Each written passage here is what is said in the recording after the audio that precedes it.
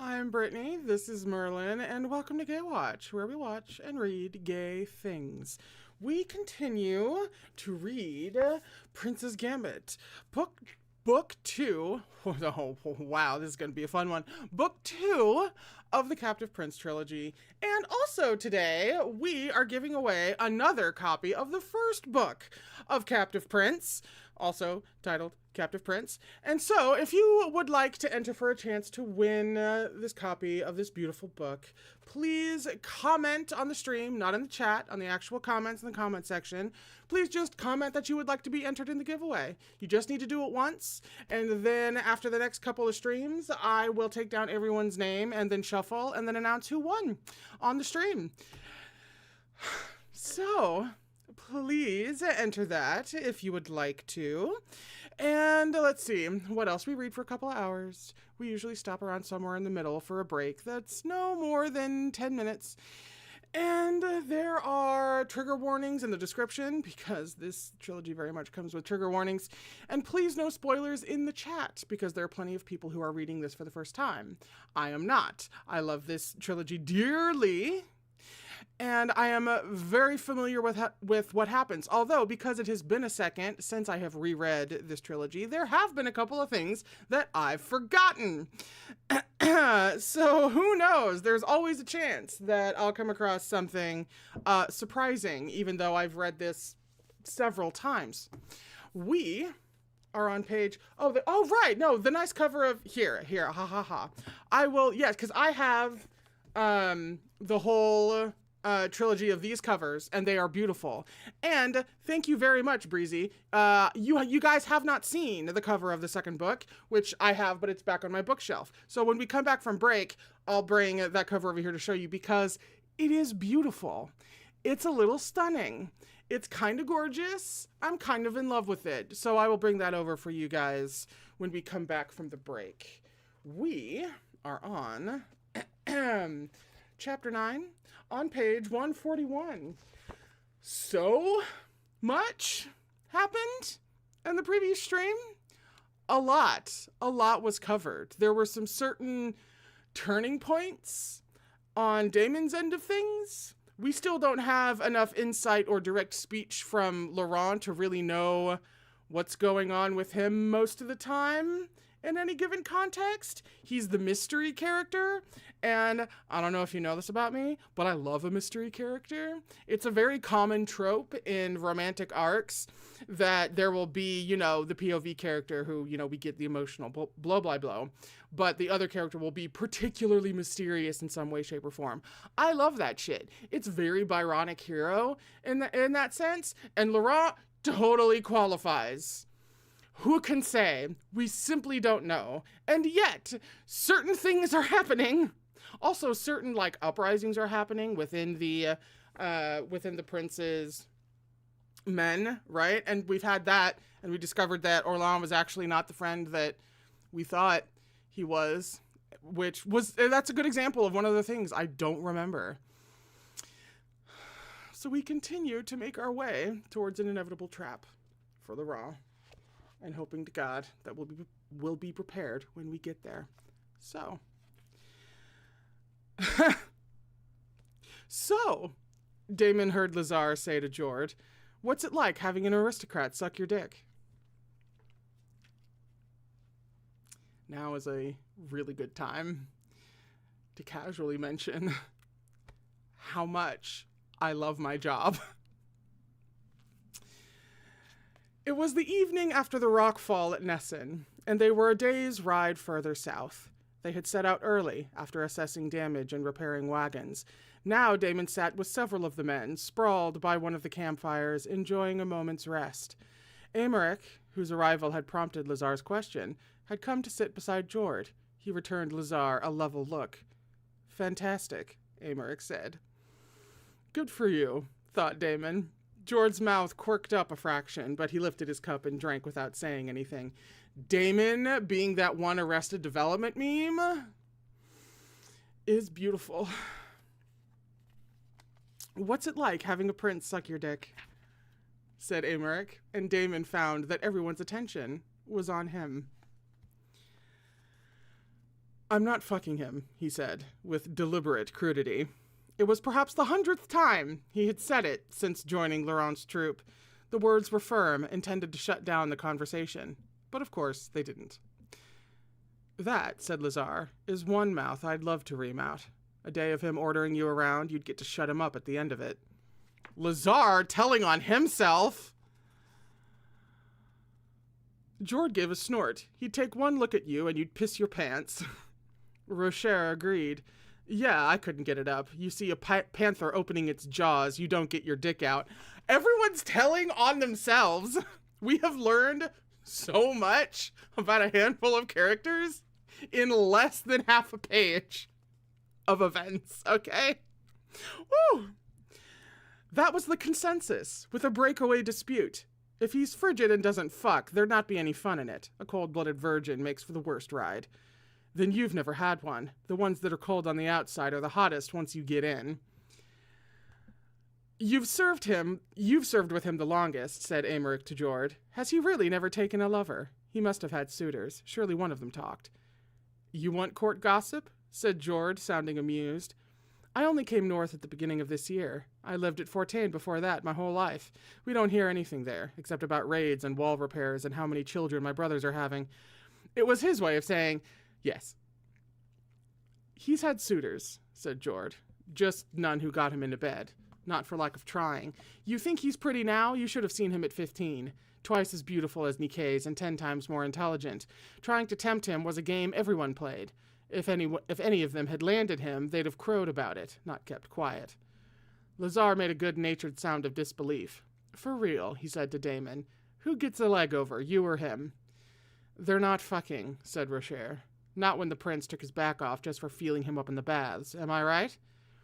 You're right, said Damon. He stood up then, and left them to the campfire. The company was in peak condition after Nessun. The wagons were repaired, and Pascal had patched up the cuts, and Laurent was not smashed by a rock. More than that, the mood from last night had carried over into the day. Adversity had drawn these men together. Even Aymeric and Lazar were getting along, after a fashion. No one mentioned Orlan, not even Jord and Rocher, who had been his friends. The pieces were all set. They would arrive at the border intact. There would follow an attack, a fight, as much as there had been at Nessun, but probably bigger, uglier. Laurent would either survive, or he would not, and after that Damon, having discharged his obligation, would return to Achielos. It was everything Laurent had asked for. Damon stopped on the outskirts of the camp. He leaned his back against the trunk of one of the crooked trees. He could see the whole of the camp from here. He could see Laurent's tent, lamplit and streaming flags. It was like a pomegranate, its rich excesses on the inside. Damon had woken from a cocoon of sleep this morning to the sound of a lazy, amused, "Good morning. No, I don't need anything." And then, "Dress and report to Jord. We ride out when repairs are done." "Good morning," was all Damon had said, after sitting up and passing a hand over his face. He'd found himself simply gazing at Laurent, who was already dressed in riding leathers.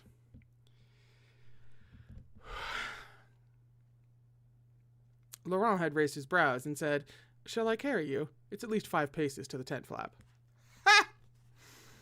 Damon felt the solid bulk of the tree trunk at his back. The sounds of the camp carried in the cool night air, the sounds of hammering and the last of the repairs, the murmured voices of the men, the raising and lowering of hooves to earth from the horses. The men were experiencing camaraderie in the face of a common enemy, and it was natural that he was feeling it too, or something similar, after a night of chases and escapes and fighting alongside Laurent. It was a heady elixir, but he must not get swept up in it. He was here for Archelos, not for Laurent. His duty only extended so far. He had his own war, his own country, his own fight. The first of the messengers came the next morning, solving at least one mystery. Since the palace, Laurent had dispatched and greeted riders in a steady stream. Some bore missives from the local Varetian nobility, offering resupply or hospitality. Some were scouts or messengers carrying information. This very morning, Laurent had sent a man flying back to Nessun, with money and thanks, to return Charles his horse. But this rider was nothing like that. Dressed in leathers with no sign of crest or livery, riding a good but plain horse, and most surprising of all, pushing back a heavy cloak, she was a woman. "Have her brought to my tent," said Laurent. "The slave will act as chaperone." Oh, pardon me. There's a reminder to take my allergy medication. Chaperone. The woman, who was perhaps 40 and had a face like a crag, did not look at all amorous. But the Varetian distaste for bastardry and the act that sired it was so strong that Laurent could not speak with any woman in private without an escort. Inside the tent, the woman made obeisance, offering a cloth-wrapped gift. Laurent nodded for Damon to take the parcel and place it on the table. "Rise," he said, addressing her in a dialect of Vaskian. They spoke briefly, a steady back and forth. Damon did his best to follow. Here and there he caught a word: safety, passage, leader. He could speak and understand the high language spoken at the court of the Empress, but this was the common dialect of Vervassal, broken down further into mountain slang, and he could not penetrate it. "You can open it if you like," said Laurent to Damon when they were once again alone in the tent. The cloth-wrapped parcel was conspicuous on the table. "In memory of your morning with us, and for the next time you need a disguise." Damon read the message on the parchment that fluttered out of the parcel. Curious, he unwrapped another layer of cloth to reveal more cloth. Blue and ornate, it spilled out over his hands. The dress was familiar. Damon had last seen it open and trailing laces, worn by a blonde. He'd felt that embroidered ornamentation under his hands. She'd been halfway in his lap. "You went back to the brothel," said Damon, and then the words "next time" tapped him on the shoulder. "You didn't wear..." Laurent sat back in the chair. His cool gaze didn't answer the question one way or another. "It was an interesting morning. I don't usually have the chance to enjoy that kind of company. You know my uncle doesn't like them." "Prostitutes," said Damon. "Women," said Laurent. Damon said he must find it difficult to negotiate with the Empire. "Van is our delegate. He needs her, and he resents that he needs her, and she knows it," said Laurent. "It's been 2 days," said Damon. "The news that you survived Nessun won't have reached him yet." "This wasn't his endgame," said Laurent. "That will happen at the border." "You know what he's going to do," said Damon. "I know what I would do," said Laurent. That's a scene break.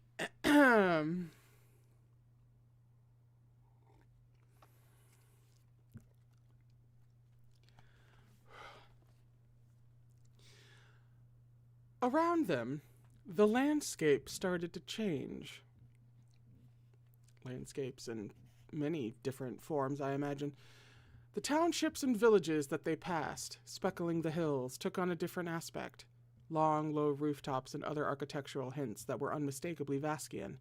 The influence of trade with Vask was stronger than Damon had expected.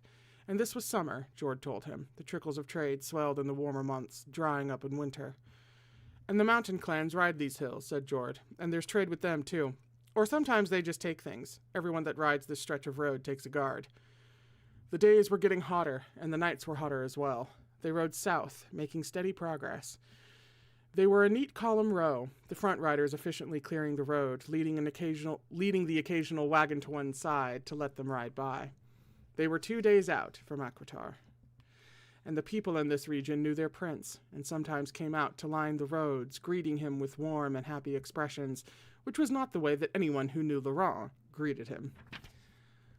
He waited until he saw that Jord was alone and approached him, sitting beside him on one of the scooped-out logs near the fire. "Have you really been a member of the Prince's Guard for 5 years?" Damon asked him. "Yes," said Jord. "Is that how long you'd known Olan?" "Longer," said Jord, after a pause. Damon thought that was all he was going to say, but it's happened before. The Prince has chucked men out of the Guard before, for being the eyes for his uncle.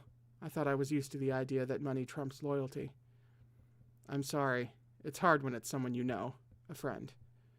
"He tried to put you out that one time," said Jord. "He probably figured that with you out of the way, it would be easier to get to the Prince." "I'd wondered about that," said Damon. There was another pause. "I don't think I realized until the other night that this was a killing game," said Jord. "I don't think half of the men have realized it. He's known, though, this whole time." Jord pointed his chin in the direction of Laurent's tent. That was true. Damon looked across at the tent. "He keeps close counsel. You shouldn't blame him for that." "I don't. I wouldn't fight under anyone else. If there's anyone alive who can strike a blow that will bloody the Regent's nose, it's him. And if he can't, I'm angry enough now that I'm well pleased to go out fighting," Jord said. Jord's a real one, man. Scene break.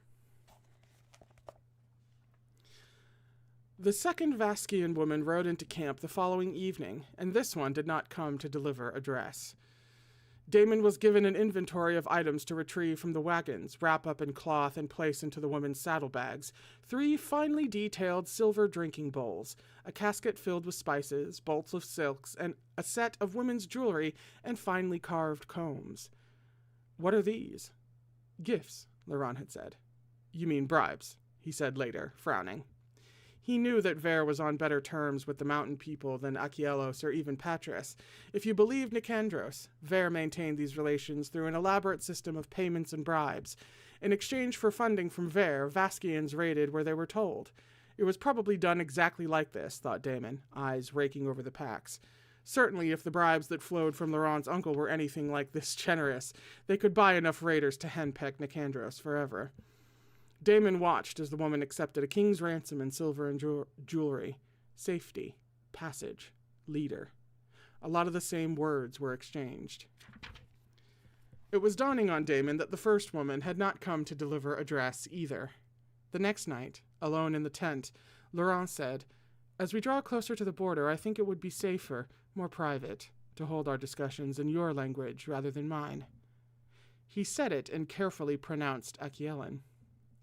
Damon stared at him, feeling as though the world had just been rearranged. "What is it?" said Laurent.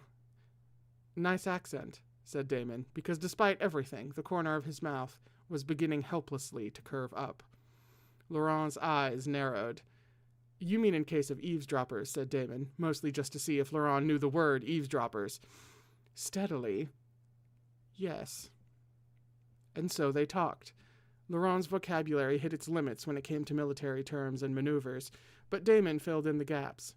It was of course no surprise to find that Laurent had a well-stocked armory of elegant phrases and bitchy remarks, but could not talk in detail about anything sensible. Damon had to keep reminding himself not to grin. He didn't know why listening to Laurent pick his way through the Achielan language had him in good spirits, but it did. I love that he finds this, on some level, adorable. Oh, because it is. Laurent did indeed have a pronounced Varetian accent, which softened and blurred consonants and added a lilt with stresses on unexpected syllables. It transformed the Achielan words, gave them a hint of exoticism, of luxuriousness that was very Varetian, though that effect was at least partially combated by the precision of Laurent's speaking. Laurent spoke Achielan as a fastidious man might pick up a soiled handkerchief between thumb and forefinger. If you're experiencing a little, what the fuck? Because, we're all like, yeah. Damon finds Laurent speaking Achielan, really cute. And all of that, because of everything that happened in the first book, that might seem a little jarring and a little weird.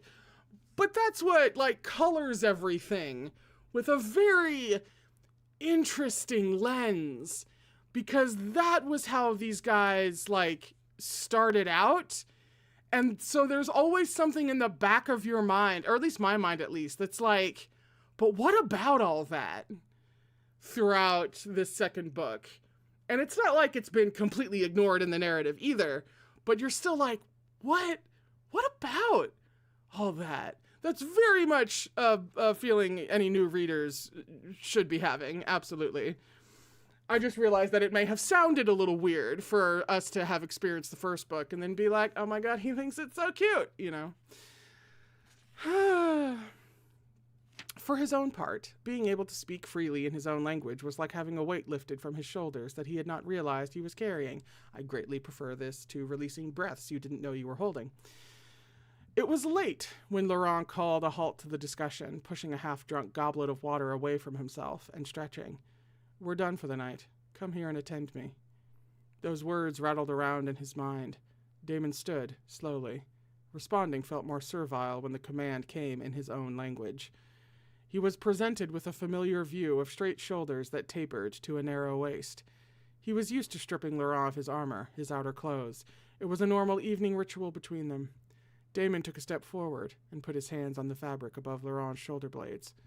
Well, begin, said Laurent. I don't think we need a private language for this, he said. You don't like it, said Laurent. He knew better than to say what he did or didn't like. Laurent's voice held a hint of interest at his discomfort that was always dangerous. They were still speaking in Aquielan. Perhaps if I were more authentic, said Laurent. How does an owner command a bedslave in Aquielos? Teach me. Damon's fingers were tangled in laces. They went still over a first sliver of white shirt. Teach you how to command a bedslave. You said in Nessun that you had used slaves, said Laurent. Don't you think I should know the words? He forced his hands to move. If you own a slave, you may command him however you like. I haven't found that necessarily to be the case. I would prefer you to talk to me as a man, he heard himself say. Laurent turned under his hands. Unlace the front, said Laurent. He did. He pushed the jacket off Laurent's shoulders, moving forward to do it. His hands slid into the garment. He felt rather than heard his voice change in the intimate space. But if you would rather, step back, said Laurent. He stepped back. Laurent in a shirt seemed more himself, elegant, controlled, dangerous. They gazed at one another.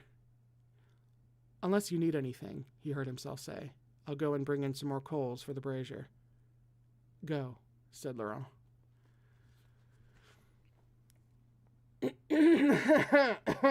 Uh-huh.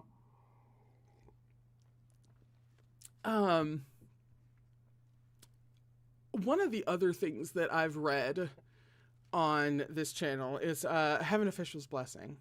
And if you were there for kind of basically any part of Heaven Official's Blessing, you've read it yourself, you know that there is a delightful recurring line that is also just a line commonly said, apparently, in Danmei or Chinese literature. And it's very specifically coming from the main character, Shi Lian, of he didn't know whether to laugh or cry. And that has now become like a running joke for me in anything I'm reading. If something like that comes up, you have to take a drink because that's the line, right? I feel like we could start a drinking game for They Gazed at One Another. What do you think? I feel like we should, because that has now, in less than a book and a half, come up enough times that it's certainly recurring. We should start a game, I feel. That was a scene break. Morning. The sky was a startling shade of blue. The sun blazed and everyone was dressed in leathers for the ride. It was better than armor, which by noon would have baked them. Damon had an armful of tack that was talking to Lazar about the day's itinerary, when he caught sight of Laurent across the camp. As he watched, Laurent swung up into the saddle, I read for a living, and sat straight back, holding the reins in one gloved hand. Last night he had tended to the brazier and performed all his duties, and then he had gone out to the nearby stream to wash. The stream was pebbled at its banks and ran fresh and clear, but was not dangerously fast running. It deepened out in the center. Despite the lack of light, 2 of the servants had still been pounding linens that in this weather would be dry by morning. The water had been bracing cold in the warm night. He had dunked his head and let it run over his chest and shoulders. Then he had scrubbed down and waded out and pushed the water from his hair. Beside him, Lazar was saying, "It's a day's ride to Aquitar, and George says it's our last stop before Ravenel.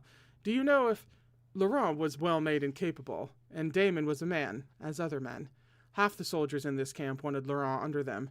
The body's reaction could be discounted, as it had been, determinedly, at the inn. Any man would have been roused by Laurent playing pet in his lap, even knowing what was under the earring. I love it. I'm sorry, I love this. Poor Lazar is over here like, it's a day's ride to Aquitar, da-da-da-da-da-da-da. And meanwhile, Damon's inner monologue is just like, anyone would get hard at the sight of Laurent. Like, this is a perfectly natural reaction. It's like, even if you know what he's really like, everybody gets harder than Laurent. Everybody wants to do him. This is a perfectly normal reaction. Never mind the fact that I spent the entire first book, at Laurent's very, very cruel whims. Everybody gets hard at Laurent. It's not a big deal. We don't need to examine that,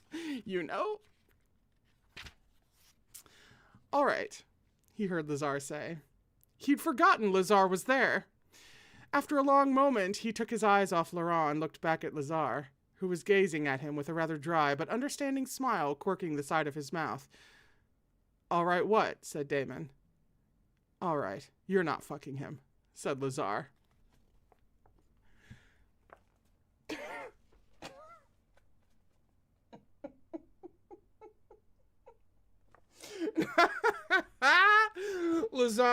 Lazar out here absolutely reading Damon to filth without even reading Damon to filth. He's being like, okay, all right. Nobody looks at somebody like that if he's had him. You only look at somebody like that if you haven't had him, but you wanna. Amazing. That was the end of the chapter, by the way. That's how the chapter ends. Oh, amazing. Just absolutely incredible. We are on page 155 for chapter 10. "Welcome to my ancestral home," said Laurent dryly. Damon glanced sideways at him, then let his gaze pass over the worn walls of Aquitar. No troops and little strategic importance were the words Laurent had used to describe Aquitar to the court on the day the regent had stripped him of all his holdings except this one. Aquitar was small and old, and the village attached to it was a cluster of impoverished stone houses adhering to the base of the inner fort. There was no land available here for farming, and hunting might provide only a couple of chamois perched on rocks that would disappear, leaping upward at the slightest approach of men, to a vantage where a horse could not follow. And yet, when they approached, it was not poorly maintained. The barracks were in good repair, and so was the interior courtyard, and there were supplies of food and of weapons and materials to replace the damaged wagons. Everywhere he looked, Damon saw evidence of planning. Those stores had not come from Aquitar or its surrounds. They had been brought in from elsewhere in preparation for the arrival of Laurent's men. The caretaker was named Arnoul, an old man who took command of the servants and the wagons and started directing everybody. His wrinkled face unfolded in pleasure when he saw Laurent, then folded back in on itself when he saw Damon. "You once said that your uncle couldn't take Aquitar away from you," Damon said to Laurent. "Why is that?" "It's an independent governance, which is absurd. On a map, it's a speck, but I am Prince of Aquitar, as well as Prince of Vare, and the laws of Aquitar don't require me to be 21 to inherit. It's mine. There's nothing my uncle can do to take it," said Laurent. And then he said, "I suppose he could invade." And then, "His men could wrestle Arnoul in the stairwell." "Arnoul seems to have mixed feelings about us staying here," said Damon. "We're not staying here. Not tonight. You are going to meet me at the stables after dark when you have finished all of your usual duties. Discreetly," said Laurent. He said it in Aquielan. It was dark by the time Damon had finished his duties. The men who usually looked after the supplies and the wagons and the horses had been given the night off, and the soldiers, too, had been given license to enjoy themselves. Barrels of wine had been cracked open, and the barracks were a lively place to be that night. No sentries were posted near the stables or towards the east. He was turning a corner in the keep when he heard voices. Laurent's directive to be discreet stopped him from announcing himself. "I'd be more comfortable sleeping in the barracks," Jord said. He saw Jord being led by the hand by an intent-looking Aymeric. Jord had the same slight awkwardness about, belaying? In an aristocrat's chambers that Aymeric had when he attempted swearing. "That's because you've never slept in a royal keep's residences before," said Aymeric. "I promise it's much more comfortable than a tent roll or a lumpy inn mattress. And besides," he dropped his voice, shifting closer to Jord, but the words were still audible, "I really want you to fuck me in a bed." Jord said, "Come here, then," and kissed him, a long, slow kiss with his hand cupping Aymeric's head. Aymeric went attractively pliant, giving himself to the kiss, his arms winding around Jord's neck. His antagonistic nature was apparently not one he exercised between the sheets. Jord, it seemed, brought out the best in him. They were occupied, like the servants, like the soldiers in the barracks. Everyone in Aquitar was occupied. Damon slipped past and made his way to the stables. Scene break. Jamie. The universe keeps third-wheeling Damon.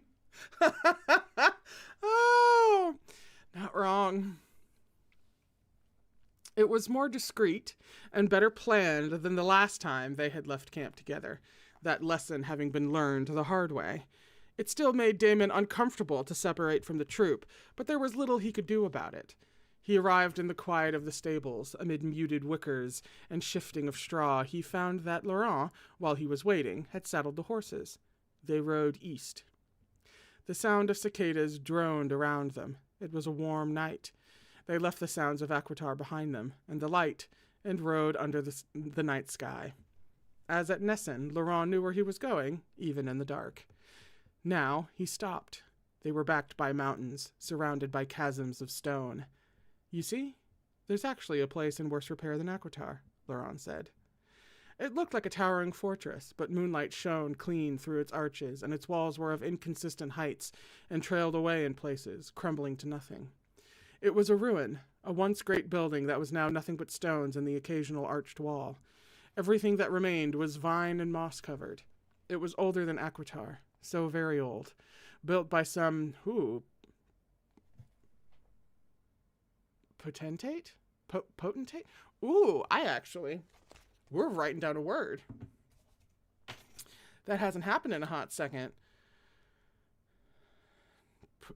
For some reason, my instinct is for potentate, but that doesn't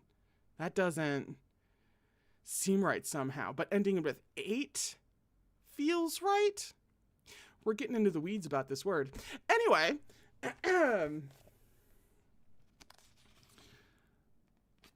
as if I can find my place after that.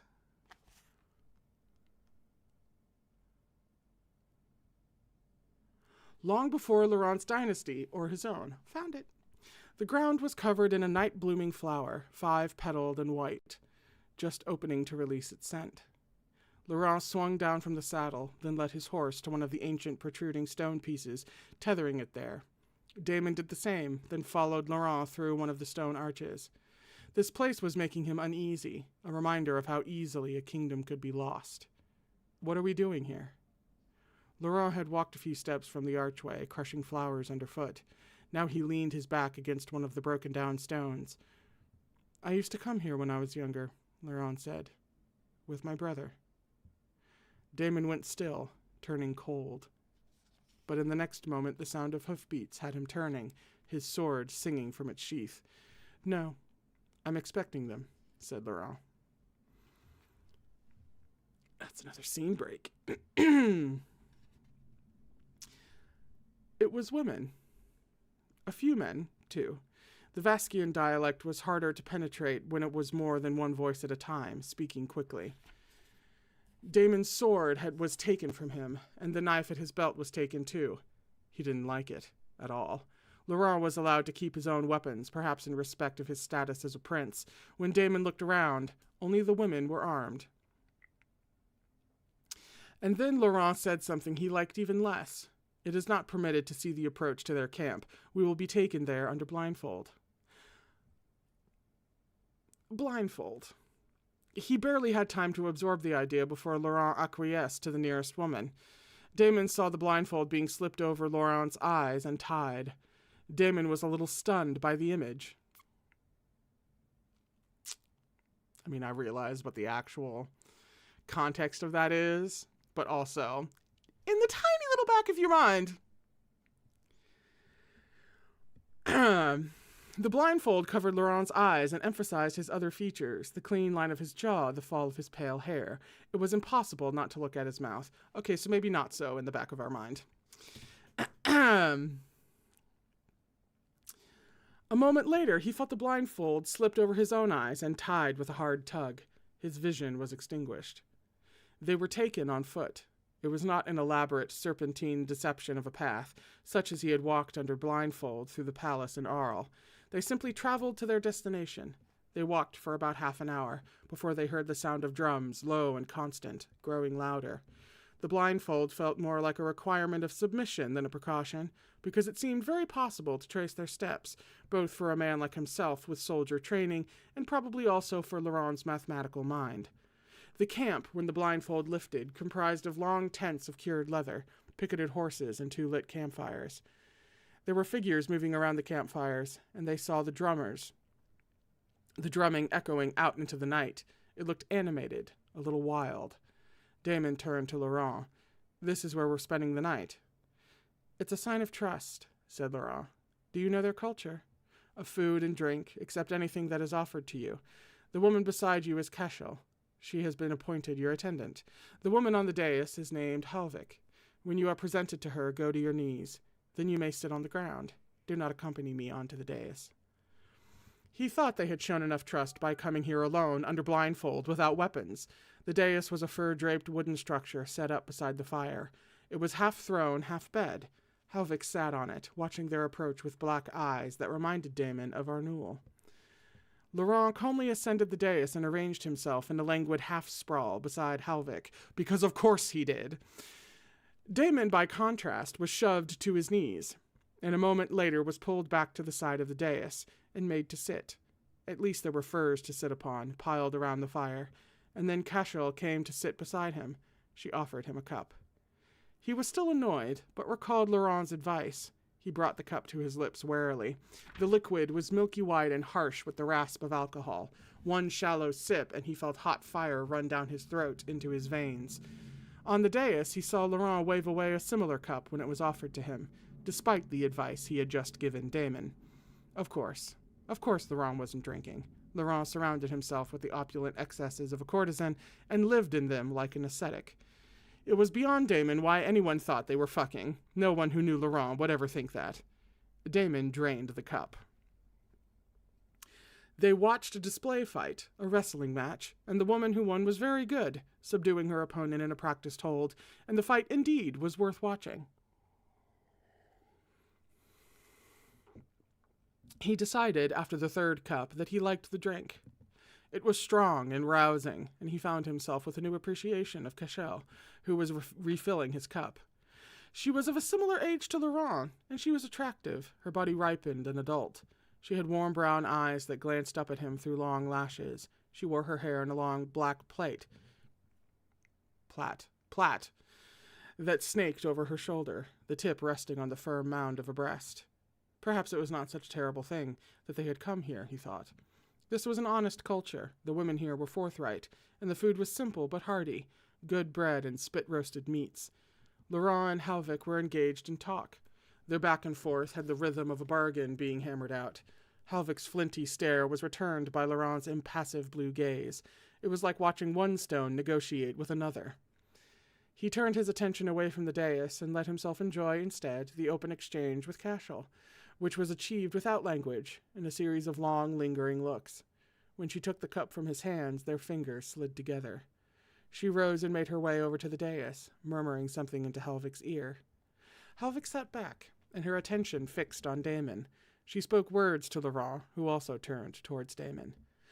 "Halvik inquires respectfully if you will perform a service for her girls," Laurent said to him in Varetian. "What service?" The traditional service, said Laurent, that Vaskian women claim from the dominant male. I'm a slave. You outrank me. It's not a question of rank. It was Halvik who answered in thickly accented Varetian. He is smaller and has the tongue, of a, Kasot? Kasot? I'm not sure. Wow, I love it. Just words. What the hell? His seed will not breed strong women. Laurent looked entirely undisturbed by her description. In fact, my bloodline does not throw girls at all. Damon was watching Cashel as she made her way back to him from the dais. He could hear the sound of drums from the other campfire, a low, constant thrumming. Are you ordering me to do this? Do you need orders? Said Laurent. I can direct you if you lack proficiency.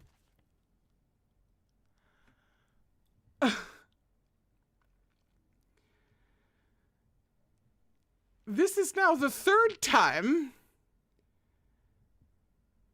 that Laurent's orders have been either featured or brought up.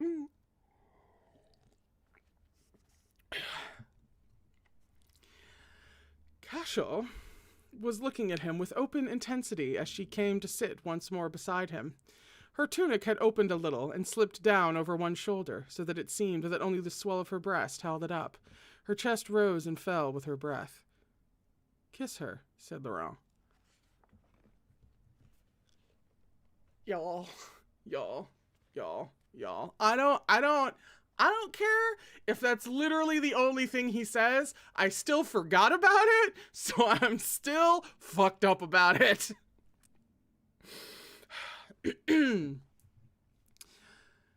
He didn't need to be told what to do or how to do it by Laurent, and he proved that with a long, deliberate kiss. Cashel made a sweet, yielding sound, her fingers already following the path that her eyes had traveled moments before. His hand slid up her tunic and fit almost all the way around her small waist. You can tell Halvik that it would be my honor to lie with one of her girls, said Damon when he drew back, his voice low with pleasure. His thumb brushed over Cashel's mouth, and she tasted it with her tongue. They were both breathing expectantly. A buck is happiest when mounting a herd, he heard Halvik's voice, speaking to Laurent in Varetian. Come, we will continue our negotiation away from the coupling fire. He will be brought to you when he is done. He was aware of Laurent and Halvik departing, as he was aware of the presence of other couples finding their way to the furs by the fire, a flickering peripheral awareness that was subsumed in his desire for Cashel, as their bodies primed to the same task. It was a hot and fierce joining, the first time. She was a fine, well-made young woman, and she matched him with an intensity that grew out of her laughter as she pulled at his clothes. It had been a long time since he had enjoyed a free, uninhibited exchange of pleasure. She was better at taking off the Varetian clothing than he had been the first time, or more determined. She was very determined. She rolled on top of him near the driving, shuddering climax, dropping her head so that her hair, loosened from its plait, hung down and shifted with her movements, curtaining them both. The second time, he found her more sweetly boneless and willing to be explored, and he roused her to the point that she became hotly, dazedly abandoned to him, which, above all things, he liked. Later, she lay panting and spent on the furs, and he lay beside her, propping himself up on one arm, and looking down at her sprawled body appreciatively. Perhaps there was something in the milky white drink. He had climaxed twice, but he was not driven into lassitude. He was feeling quite pleased with himself, and thinking that Vaskian women did not truly have the stamina that was accredited to them, when another girl came to speak in a teasing voice to Cashel, and then to fit herself into Damon's surprised arms. Cashel rose up into the sitting position of a spectator, and offered what sounded like cheerful encouragement. And then, as this new challenge was met, as the drums from the nearby campfire beat in his ears, Damon felt the press of a new body against his back, and realized that they had been joined by more than one girl. That's a scene break. One of the many things that I appreciate about this series are all the different sexual context doesn't really make sense. The cultural sexual identities of different countries being something that's kind of actually varied and explored, and all three still being markedly different from what most of our, in reality, like modern day world thinks of when they think of modern sexuality. It's so fascinating. It's something that's like just always fascinated me, and I have always found to be underexplored in fiction. All the different varieties and social rules that we make up around sexual encounters and, you know, dating and marriage and everything. Dating and marriage, I feel, is much more explored, kind of particularly marriage, I think, the different, you know, cultural attitudes and rules around it. But it doesn't, at least I haven't come across very many things that have featured a bunch of fictional societies and all of their attitudes and how they go about things in the realm of sex that is explored like in a very well written and mature way. I'm sure there's tons of just like throwaway, and that's complimentary, throwaway erotica that kind of dabbles in those things, but this feels a bit more like thoughtful and serious and legitimate, while at the same time giving you some of the hotness that you signed up for, you know? I just want both. I just want everything all the time. I don't, you know, that might just be me. Maybe it's the bisexual prerogative, who can say? Clothes were difficult. Laces eluded him. He decided after a few attempts that he did not require his shirt. It was taking all his attention to hold his pants up. Laurent was asleep when Damon found his way to the correct tent, but he stirred in the furs when the tent flap opened, his golden lashes fluttering, then lifting. When he saw Damon, he pushed himself up on one arm and gave a single wide-eyed blink. Then, soundlessly, behind the press of a hand, he started helplessly laughing. Damon said, "Stop. If I laugh, I'll fall over." Damon squinted at a separate fur pile near Laurent's, then made his best attempt. He wove, reached, and then collapsed down onto it. This seemed the pinnacle of accomplishment. He rolled over on his back. He was smiling. "Halvik had a lot of girls," he said. The words came out sounding like he felt, sated and sex-drenched, exhausted and happy. The furs were warm around him. He was blissfully drowsy, moments away from sleep. He said, "Stop laughing." When he turned his head to look, Laurent was lying on his side, head propped on one hand, gazing at him, eyes bright. "This is instructive. I've seen you put 6 men in the dirt without breaking a sweat." "Not right now, I couldn't." "I can see that. You're relieved of your regular duties in the morning." "That's nice of you. I can't get up. I'll just lie here. Or did you need something?" "Oh, how did you know?" said Laurent. "Take me to bed." Damon groaned and found himself laughing after all, in the moment before he pulled the furs over his head. He heard a final sound of amusement from Laurent, and that was all he heard before sleep reached up and claimed him.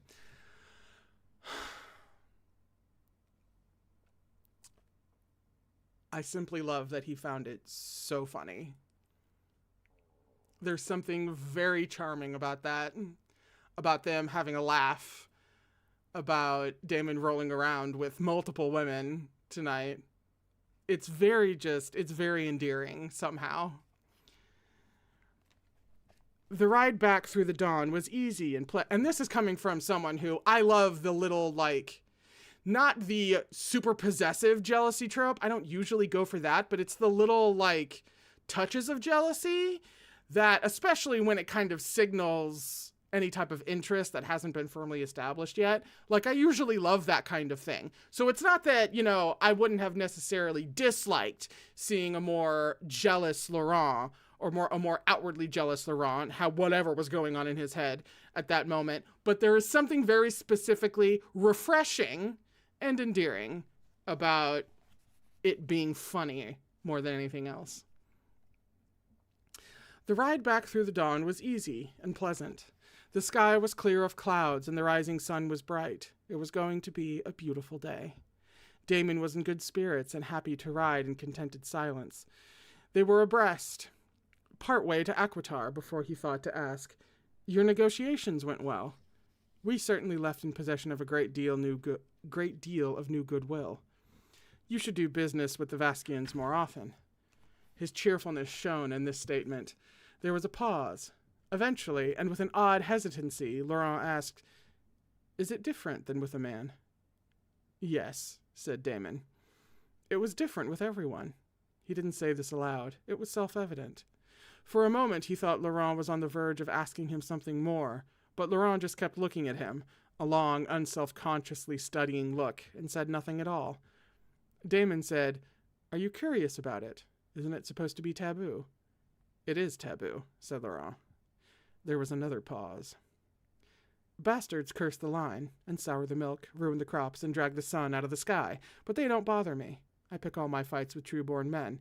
You should probably bathe," said Laurent, when we return. Damon, who agreed wholeheartedly with this last statement, went to do so as soon as they got back. They entered Laurent's chambers by means of a part-hidden passage that was so narrow Damon had to put a great deal of effort into squeezing himself through.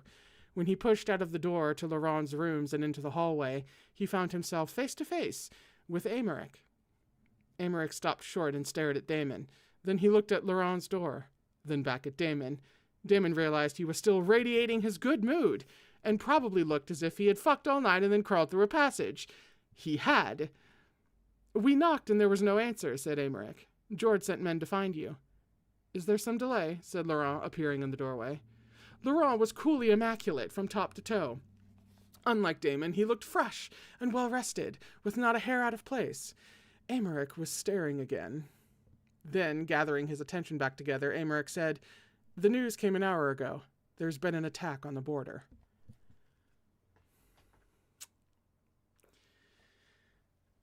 They're really not beating the, fucking allegations, are they?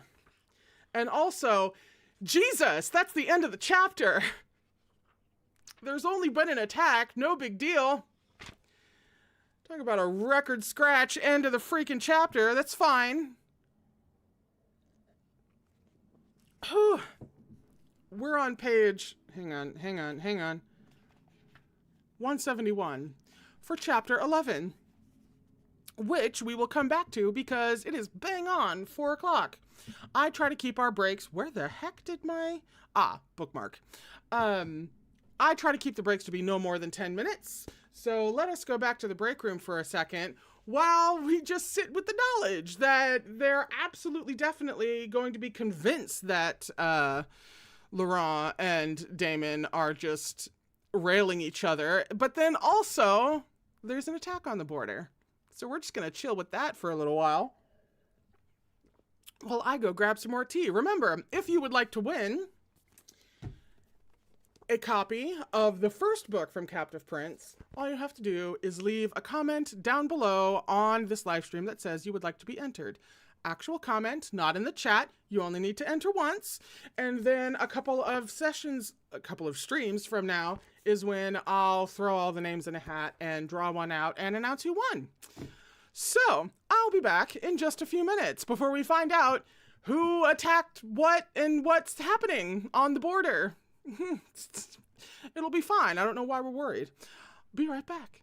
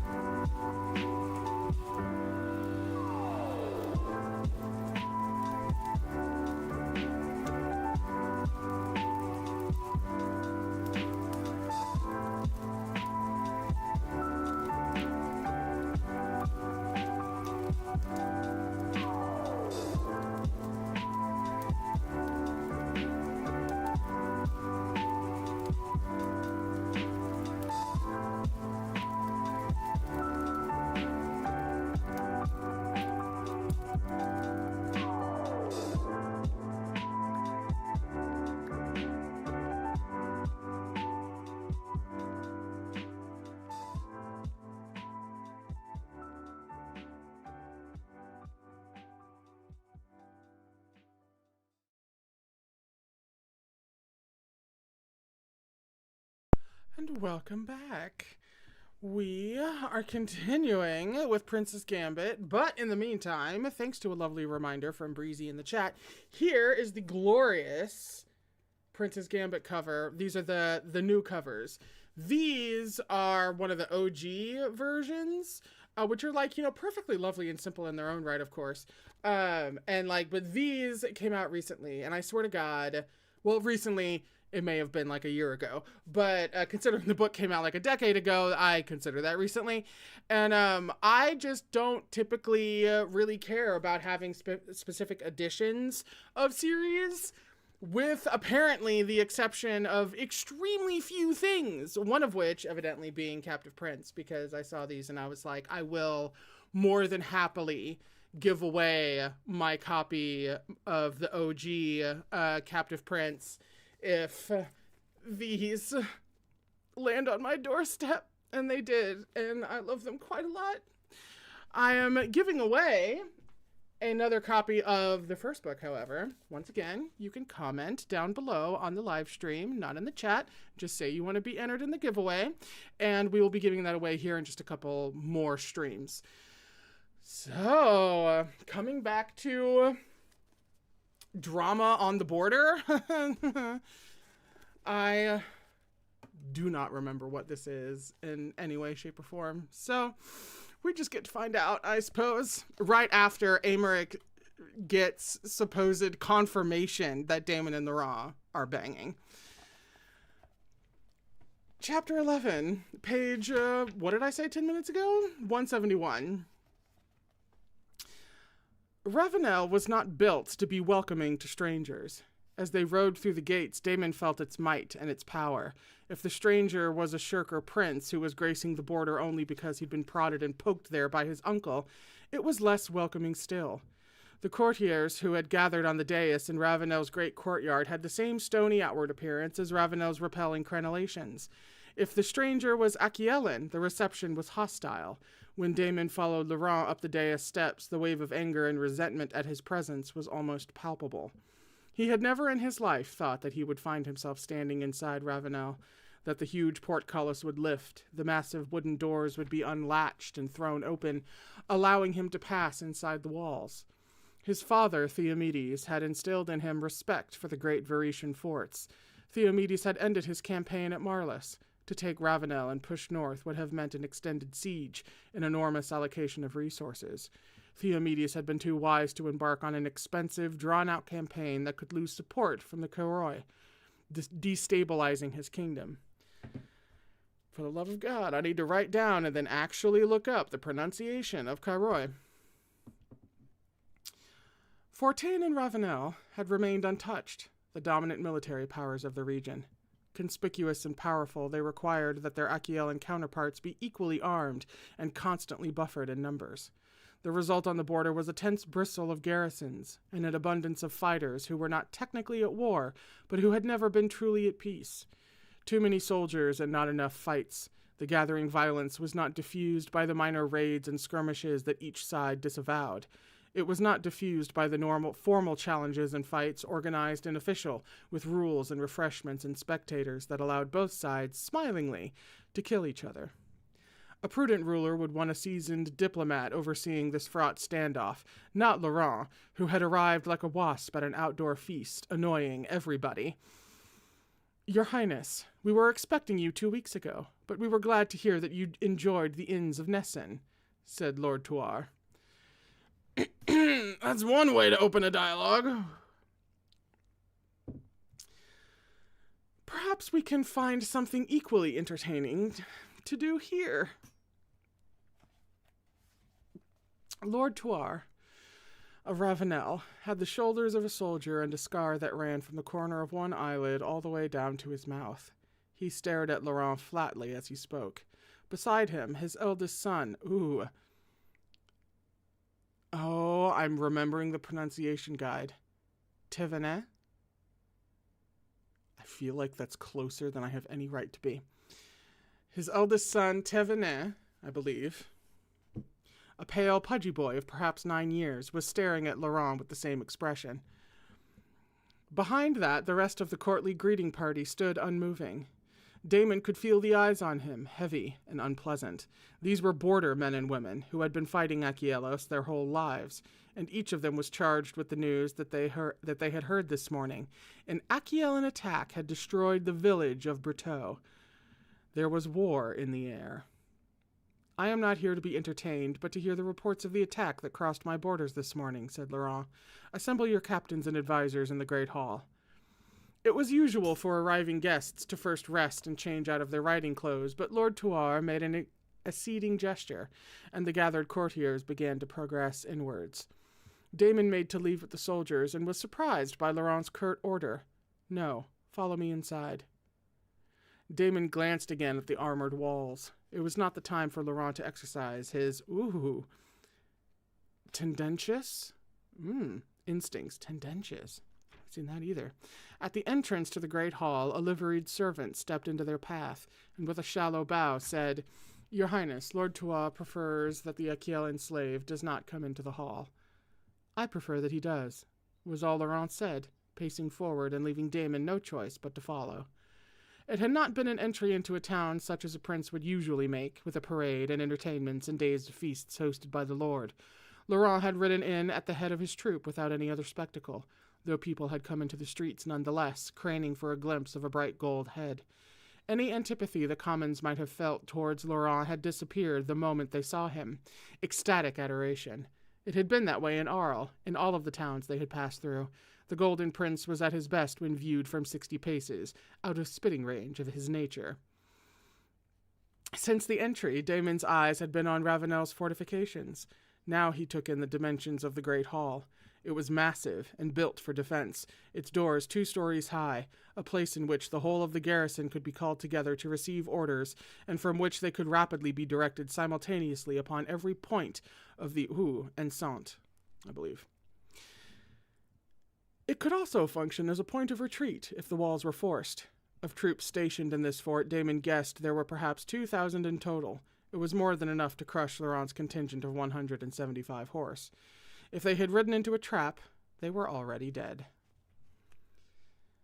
The next shoulder that interposed itself in his path had an armored shoulder piece and a cape attached to it.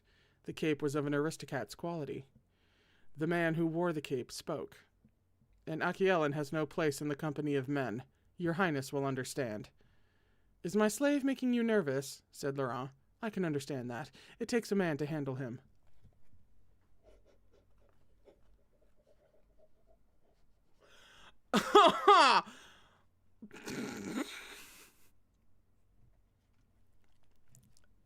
These bitches were made for each other.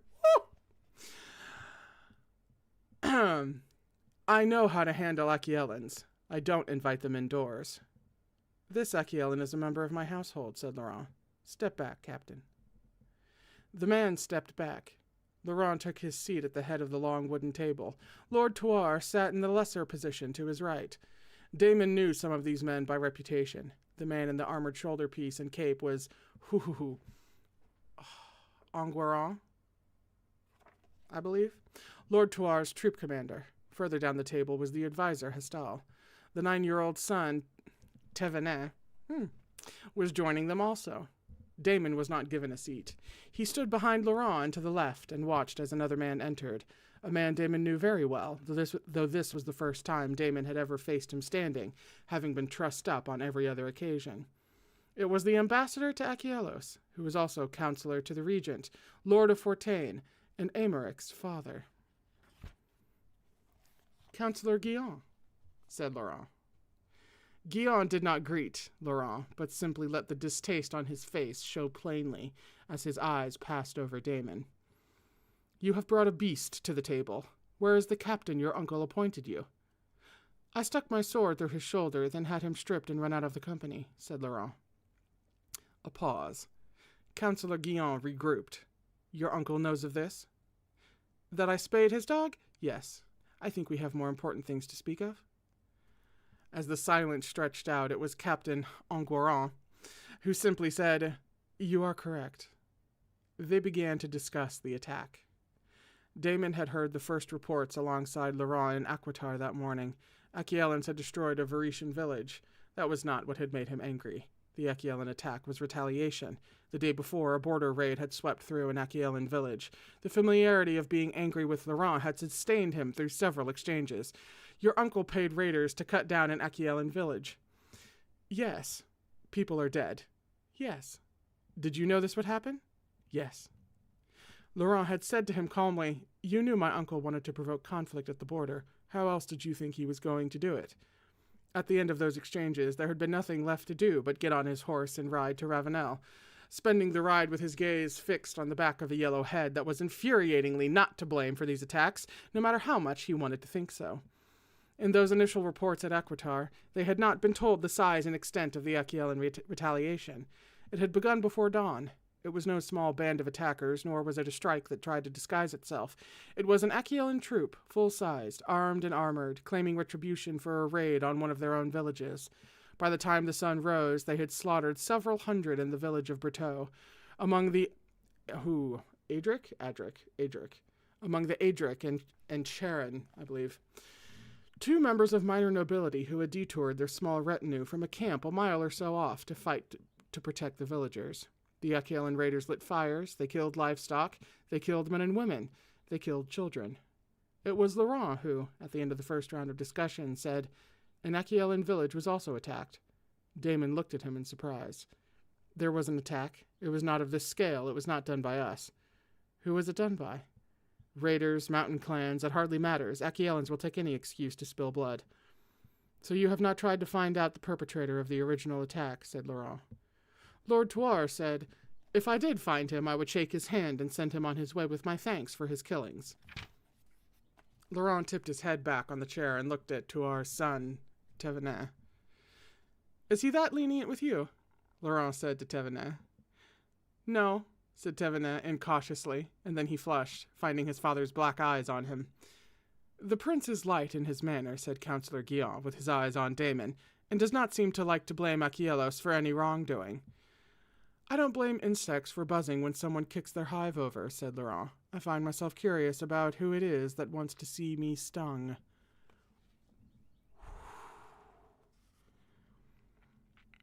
Another pause.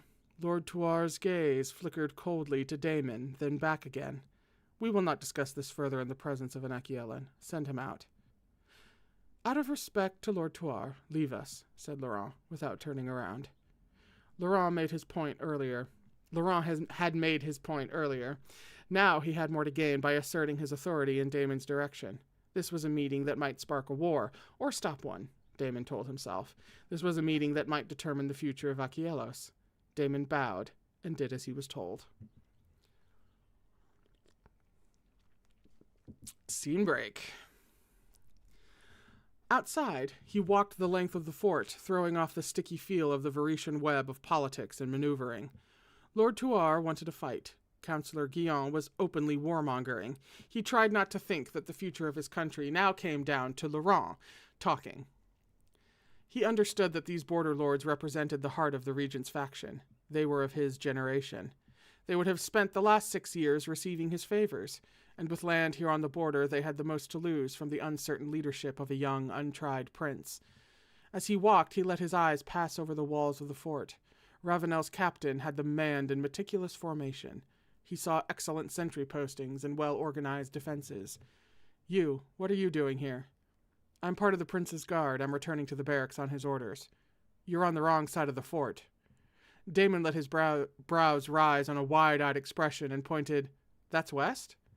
The soldier said, "That's west," a gesture to one of the soldiers nearby. "Escort this man to the barracks where the prince's men are stationed." In the next moment, a firm grip on his upper arm. He was steered with personal attention all the way to the entry to the barracks, where he was deposited in front of Huey, who was on watch. "Keep him from wandering off again." Huey grinned. "Lose your way?" "Yes." The grin continued. "Too tired to concentrate?" "I wasn't given directions." "I see." Grin. And of course, there was this. From Aymeric, growing in the retelling since this morning, had risen a very particular tale.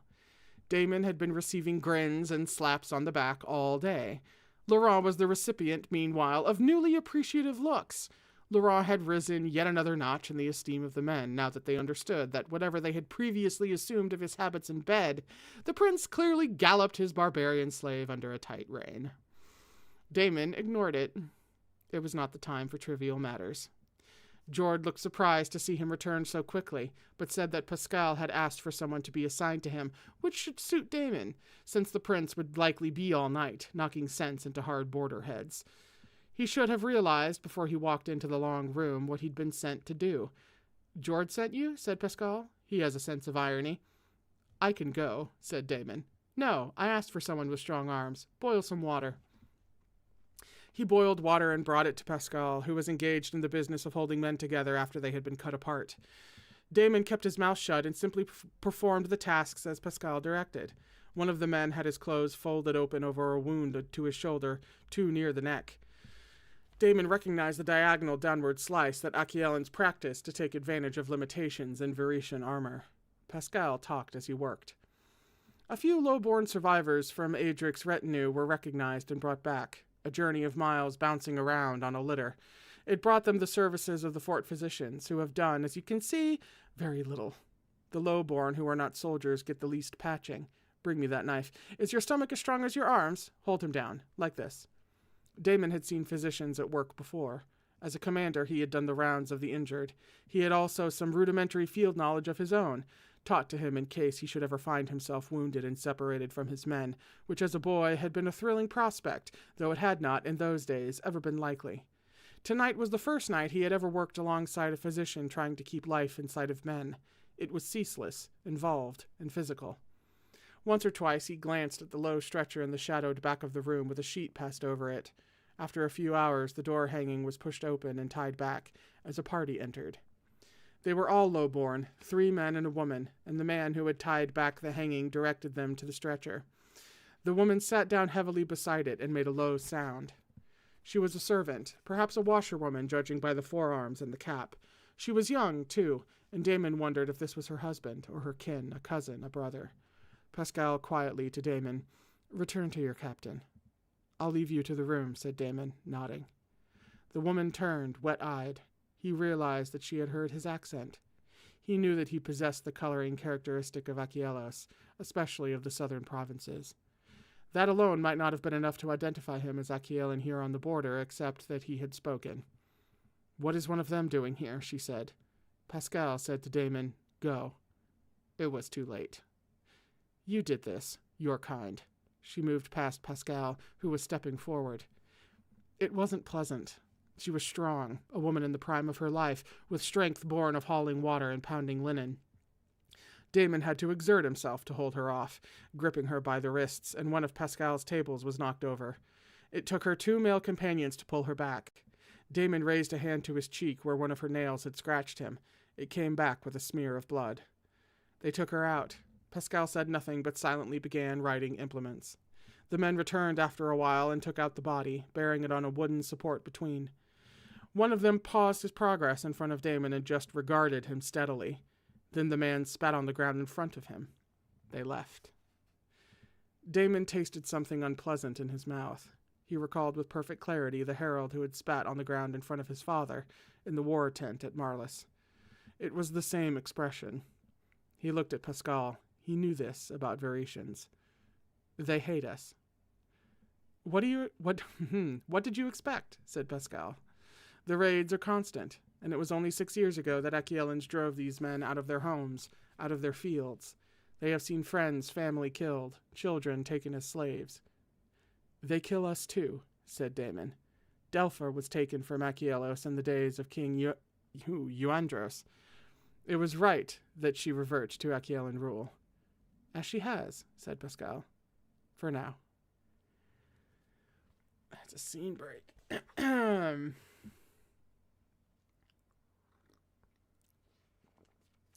The nuance of regular people who only know that one type of person has been killing their loved ones.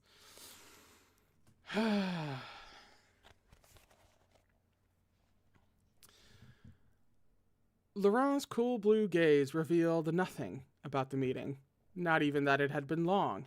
4 hours of talking. He still wore his jacket and his riding boots. He regarded Damon expectantly. "Report." I didn't manage to make a full circuit of the walls. I was stopped on the west side, but I'd say there are between 15 and 1,700 men stationed here. It looks like Ravenel's usual defensive contingent. The storehouses are full enough, but not at capacity. I didn't see any signs of war preparations, aside from the outriders and doubled guards since this morning. I think this attack took them by surprise. It was the same in the Great Hall. Lord Tuar did not have the manner of a man who was expecting a fight, for all he wants one. Damon said, "So the border lords are not working with your uncle to incite this war?" "I don't think Lord Tuar is," Laurent said. "We ride to Berteau. I have won us 2 or 3 days." It was grudging. "But it will take that long for any communication from my uncle to arrive, and Lord Tuar is not going to wage a breakaway war on Aquielos all by himself." 2 or 3 days. It was coming. It was visible on the horizon. Damon drew in a breath. Long before troops assembled on either side of the border, he would return to fight on the side of Aquielos. Damon looked at Laurent and tried to imagine facing him over battle lines. He had been caught up in the energy of creating something. Laurent's determination, the ability he had to beat odds, had infected him. But this wasn't a chase through a town or a game of cards. This was Vare's most powerful lords unfurling their banners for war. "Then we ride to Berteau," said Damon. And he stood, without looking again at Laurent, and began the last preparations for bed. Another scene break. They were not the first to arrive at Berteau. Lord Tuar had sent out a contingent of men to protect what remained and to bury or burn the bodies, so that they would not attract disease or scavengers looking for carrion. They were a small group of men. They had worked hard. Each of the barns, huts, and outbuildings had been checked for survivors, and those few there were had been taken into one of the physicians' tents. The quality of the air was thick with the smell of burnt wood and straw, but there were no smoldering patches of ground. The fires had been put out. The pits were already half dug. Damon's eyes passed over a deserted hut, a broken spear shaft protruding from a lifeless form, the remains of an outdoor gathering with knocked-over cups of wine. The villagers had fought. Here and there, one of the fallen Varetians was still clutching a hoe or a rock, or a pair of shears, or any of the crude weapons that a villager could muster at short notice. Laurent's men gave the respect of quiet hard work, clearing methodically, a little gentler when the body was that of a child. They didn't seem to remember who and what Damon was. They gave him all the same tasks and worked alongside him. He felt awkward, conscious of the obtrusiveness, the disrespect of his presence. He saw Lazar draw a cloak over a woman's body and make a small gesture of farewell, such as was used in the South. He felt all the way down to his bones how unprotected this place had been. He told himself that this was an eye-for-an-eye retaliation for a raid on Aquielos. He even understood how and why it might have happened. An attack on an Aquielan village demanded retribution, but the Varetian border garrisons were too strong to target. Not even Theomedes, with all the might of the Cairoi behind him, had wanted to challenge Ravenel. But a smaller party of Aquielan soldiers might cross the border between the garrisons, might penetrate into Vare, find a village that was unprotected, and smash it. Laurent had come to stand beside him. "There are survivors," said Laurent. "I want you to question them." He thought of the woman struggling in his arms. "I shouldn't be the one who—" "Aquielan survivors," said Laurent shortly. Damon drew in a breath, not liking this at all. He said carefully, "If Varetians had been captured after this kind of attack on an Aquielan village, they would have been executed." "They will be," said Laurent. "Find out what they know about the raid in Aquielos that provoked this attack." There were no restraints such as he had briefly supposed, but as he drew close to the pallet in the dark hut, he saw how little need the Aquielan prisoner had for them. In and out, his breathing was audible. The wound to his stomach had been tended. It was not of the sort that could be healed. Damon sat down by the pallet. It was no one he knew. It was a man with thick curling dark hair and dark eyes with heavy lashes. The hair was sweat-tangled, and sweat filmed his brow. The eyes were open and watching him. In his own language, Damon said, "Can you speak?" The man gave a rattling, unpleasant breath and said, "You are Aquielan." Under the blood, he was younger than Damon had first thought. 19 or 20.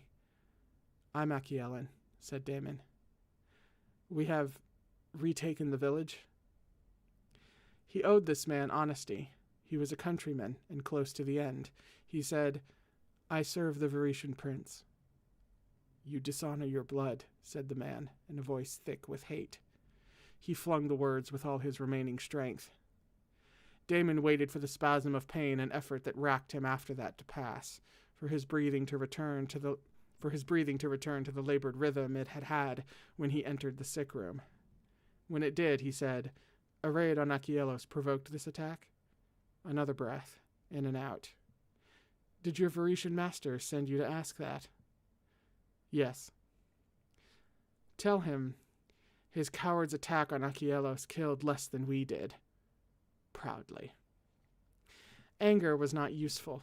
It came over him in a wave, and so for a long time he didn't speak, just stared at the dying man, flatly. "Where was the attack?" A breath like bitter laughter, and the man closed his eyes. Damon thought he wasn't going to say more, but... Terrassus.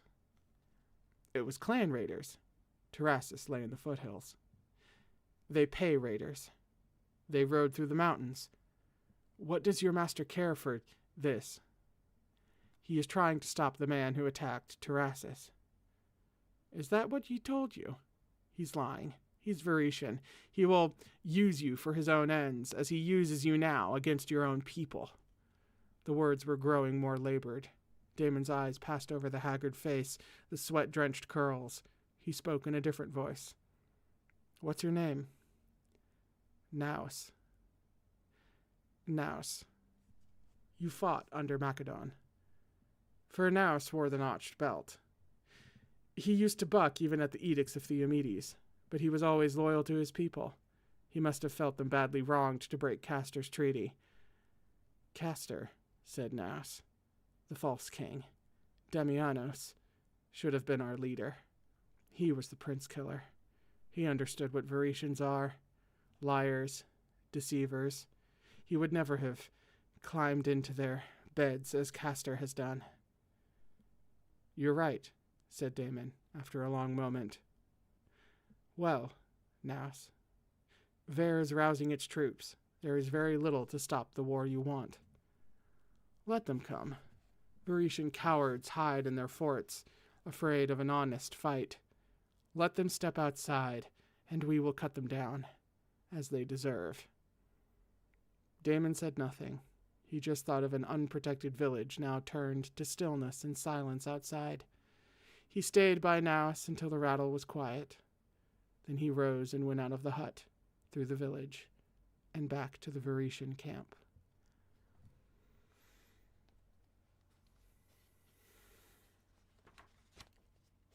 It's the end of the chapter.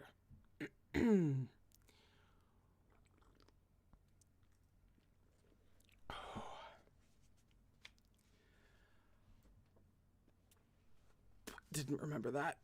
We're on page 191 for chapter 12. Let me gauge really quickly if we... Damn. Long. No, we should be able to... get chapter 12. We're just going to breathe that one away. Damn.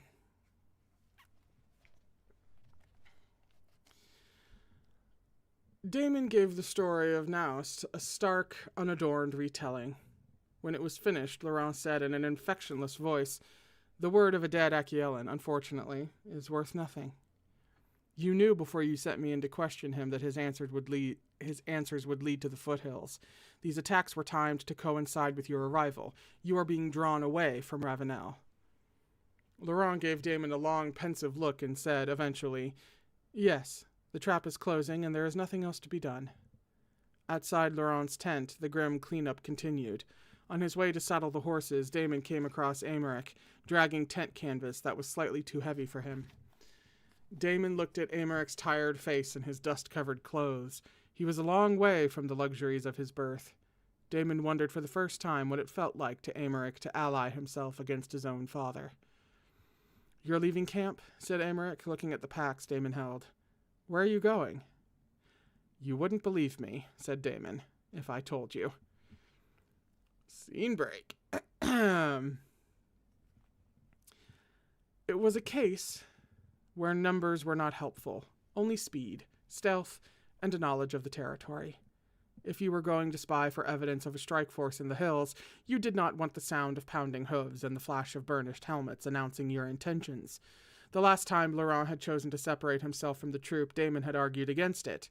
The easiest way for your uncle to get rid of you is to separate you from your men, and you know it, he'd said at Nessun. This time, Damon didn't put any of his arguments, though the ride Laurent was proposing this time was through one of the most heavily garrisoned regions on the border. The route they would travel would take them a day's ride south, then into the hills. They would seek out any obvious evidence of an encampment. Failing that, they would attempt to rendezvous with the local clans. They had 2 days. An hour put several miles between them and the rest of Laurent's men, and that was when Laurent pulled on a rein and circled his horse around Damon's briefly. He was watching Damon as though he was waiting for something. "Think I'm going to sell you to the nearest Aquitar troop," said Damon. Laurent said, "I'm quite a good rider." Damon looked at the distance that separated his horse from Laurent's, about 3 lengths. It was not much of a head start. They were now circling each other. He was ready for the moment when Laurent put his heels into his horse. The ground flashed by, and an interval passed breathlessly with some very fast riding. They couldn't maintain the pace. They only had 1 set of horses, and the first declivity was lightly forested, so that weaving was essential and a gallop or fast canter impossible. They slowed, found leaf-strewn paths. It was mid-afternoon, the sun high-flung in the sky, and the light streamed down through the tall trees, dappling the ground and turning the leaves bright. Damon's only experience of long cross-country riding was in a group, not 2 men alone on a single mission. It was a good feeling, he found, with the flash of Laurent's insouciant riding ahead of him. It felt good to ride out knowing that the outcome of the ride was dependent upon his own actions, rather than being delegated away to someone else. He understood that the border lords, determined on a course of action, would find a way to dismiss or ignore any evidence that did not fit their plans. But he was here to follow the thread of Berteau to its conclusion regardless. He was here to find out the truth. That idea was satisfying. After a few hours, Damon emerged from the trees into the clearing on the edge of a stream, where Laurent was waiting, resting his horse. The stream flowed quick and clear. Laurent let his horse stretch out its neck, let 6 inches of rein slip through his fingers, easy in the saddle as his horse dropped its head, seeking out water, blowing across the surface of the stream. Relaxed in the sunlight, Laurent watched him approach, as one expecting an arrival welcome and familiar. Behind him, the light was bright on the water. Damon let his horse grasp the bit and draw him forward. Cleaving the silence came the sound of an Aquitar horn. It was loud and sudden. The birds in the nearby trees made disrupted notes of their own and flew upwards out of the branches. Laurent whirled his horse in the direction of the sound. The horn came from over the rise, which could be seen from the disturbance of the birds. With a single look at Damon, Laurent pressed his mount over the stream towards the crest of the hill. As they rode up the slope, a sound began to intrude over the noise of the fast-running stream water, as if many feet were in half-regular march. It was a sound he knew. It did not come only from the tramp of leather boots on the earth, but from hooves, the clinks of armor, and the turning of wheels, all of which gave its irregular pattern. Laurent reined in his horse as they crested the hill together, barely hidden from sight behind outcrops of granite. Damon looked out. The men spanned the length of the adjoining valley, a line of red cloaks in perfect formation. At this distance, Damon could see the man blowing the horn, the ivory curve that he raised to his lips, the flash of bronze at the tip. The standards that were flying were the standards of the commander Macedon. He knew Macedon. Could be Macedon. He knew that formation. He knew the weight of that armor. He knew the feel of the spear shaft in his hand. Everything was familiar. The sense of home and the yearning for home threatened to overwhelm him. It would feel so right to rejoin them, to emerge from the gray maze of Varetian politics and return to something that he understood, the simplicity of knowing his enemy and facing a fight. He turned. Laurent was watching him. He remembered Laurent sizing up the distance between 2 balconies and saying, probably, which, once appraised, had been enough for him to jump. He was looking at Damon with the same expression. Laurent, damn! That is one hell of a shrewd-ass comparison on C.S. Picard's part. That's a very specific moment to call back to at the absolutely perfect time. Damn. Laurent said, "The nearest Aquilan troop is nearer than I expected." "I could throw you over the back of my horse," Damon said. He wouldn't even need to do that. He would just need to wait. Outriders would be galloping through these hills. The horn split the air again. Every mote of Damon's body seemed to ring with it. Home was so close. He could take Laurent down the hill and deliver him into Aquilan captivity. The desire to do that thrummed in his blood. Nothing was standing in his way. Damon pressed his eyes closed briefly. "You need to take cover," Damon said. "We're inside their scouting lines. I can ride as lookout until they've moved on." "Very well," Laurent said, after a heartbeat passed with his eyes watching Damon steadily. Whew! Another scene break. And an aggressive hair in my eye all over again. Whew! Jesus. They agreed on a rendezvous, and Laurent took off with the restrained urgency of a man who has to find some way to hide 16 hands of bay gelding behind a shrub. Damon's job was harder. Laurent had not been out of sight 10 minutes before Damon heard the unmistakable vibration of hooves, and he barely had time to dismount and hold his horse silently, pressed into a tangle of undergrowth before two riders thundered by. He had to be cautious, not only for Laurent's sake, but also his own. He was wearing Varetian clothing.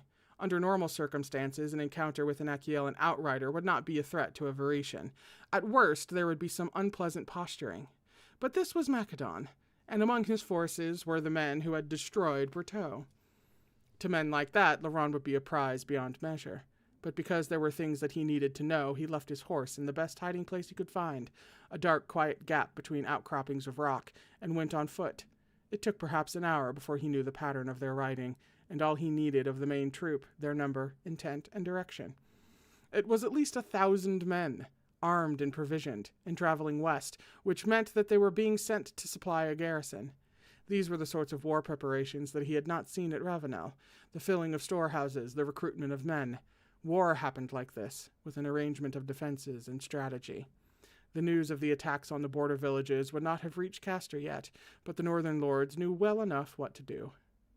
Macedon, whose attack on Berteau had thrown down the gauntlet for this conflict, was likely presenting these troops to his Kairos, Nicandros, who must be in residence in the west, maybe even at Marlis. Other northern men would follow suit. Damon returned to his horse, mounted, and picked his way carefully along the wide rocky stream bank to the shallow cave that, to his searching eyes, appeared empty at first. It was a well-chosen spot. The entrance was hidden from most angles, and the danger of discovery was low. An outrider's job was simply to ensure the terrain was clear of any obstacles that might impede an army. It was not to check every crack and crevice on the unlikely chance a prince might be squeezed in there. There was the dull rattle of hooves moving on stone. Laurent emerged from the shadows of the cave on horseback, his manner carefully casual. "I thought you'd be halfway back to Berteau by now," said Damon. The negligent posture didn't change, though somewhere in it was a well-hidden hint of wariness, of a man on guard, as though Laurent was ready at any moment to bolt. "I think the chances that those men would kill me are fairly low. I'd be too valuable as a political game piece, even after my uncle disavowed me, which he would, though I'd quite like to see his reaction when he heard the news. It would not present an ideal situation for him at all. Do you think I'd get on well with Nicandros of Delpha?" The idea of Laurent let loose on the political landscape of northern Achelos did not make for appealing thoughts. Damon frowned. "I wouldn't have to tell them you were a prince to sell you to that troop." Laurent held his ground. "Not really. I would have thought 20 was a little grown up for that. Is it the blonde hair?" "It's the charming temperament," said Damon. "Though the thought existed. If I took him with me to Achelos, he wouldn't be given as a prisoner to Nicandros. He'd be given to me." It just continues on after that. It just continues on into the thing after that. But we're just gonna stop and sit with that for a second. We're going to absorb for a moment there.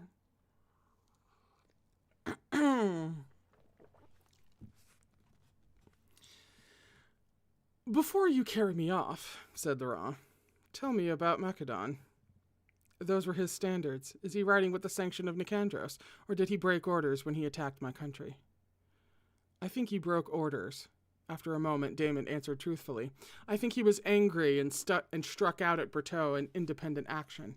Nicandros would not retaliate like that. He would wait for an order from his king. That is his way as Kairos. But now that it's done, you can expect Nicandros to support Macedon. Nicandros is like Tuar.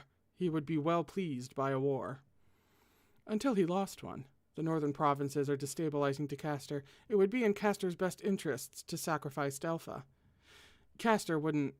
He stopped.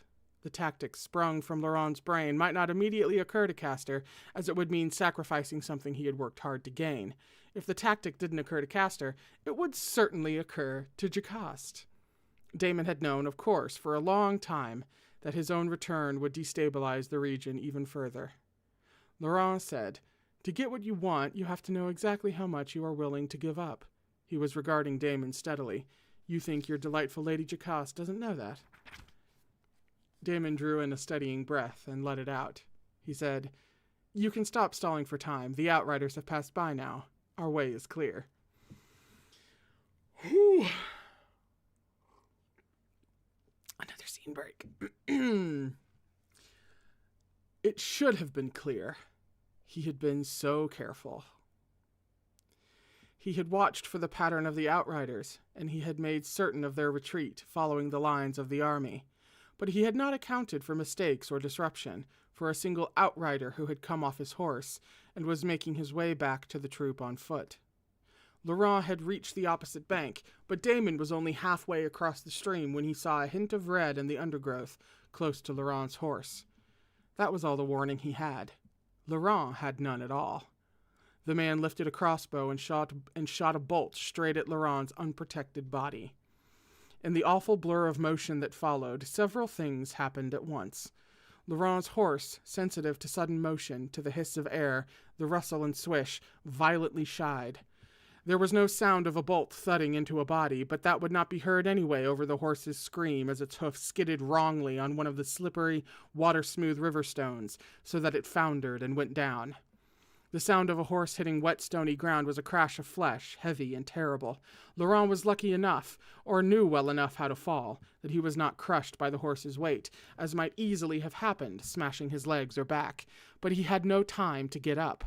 Even before Laurent had hit the ground, the man had drawn his sword. Damon was too far away. He was too far to get between the man and Laurent. He knew that, even as he drew his sword, even as he wheeled his horse, felt the powerful bunch of the animal beneath him. There was only one thing he could do. As the spray of water sheared up from under his horse, he hefted his sword, changed his grip, and threw. It was, emphatically, not a throwing weapon. It was 6 pounds of Varetian steel, forged for a two-handed grip, and he was on a moving horse and many feet away, and the man was moving too, towards Laurent. The sword drove through the air and took the man in the chest, ramming him into the ground and pinning him there. Damon swung off his horse and landed on one knee on the wet stones beside Laurent. I saw you fall. Damon heard the rough sound of his own voice. Are you hurt? No, said Laurent. No, you got to him. He had pushed himself up into a splayed sitting position. Before. Damon was passing a hand from the joint of Laurent's neck and shoulder down over his chest, frowning. But there was no blood, no protruding bolt or fletching. Had the fall injured him? Laurent sounded dazed. Damon's attention was all on Laurent's body. Concerned with the possibility of injury, he was only distantly aware of Laurent looking back at him. Laurent's body was very still under his hands, as the water from the stream soaked into his clothes. Can you stand? We need to move out. It's not safe for you here. Too many people want to kill you. After a moment, Laurent said, Everyone to the south, but only half the people to the north. He was staring at Damon. He had clasped the forearm that Damon had extended to him and used it to lever himself up, dripping. Around them there was no sound but the rushing of the stream and a slight rattle of river stones. Laurent's gelding, who with a massive push of its hindquarters had heaved itself up minutes ago, saddle askew, was now moving a few paces off, favoring its left foreleg ominously. I'm sorry, said Laurent. Then he said, We can't leave him here. He wasn't talking about the horse.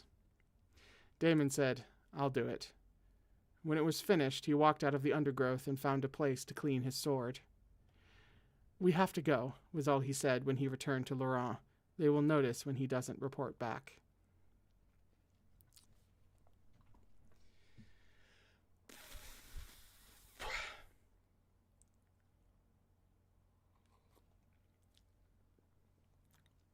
That's a good point, Jamie. Laurent can never get to keep a horse. That is the second time in 2 books that his horse has died. I hadn't realized that before.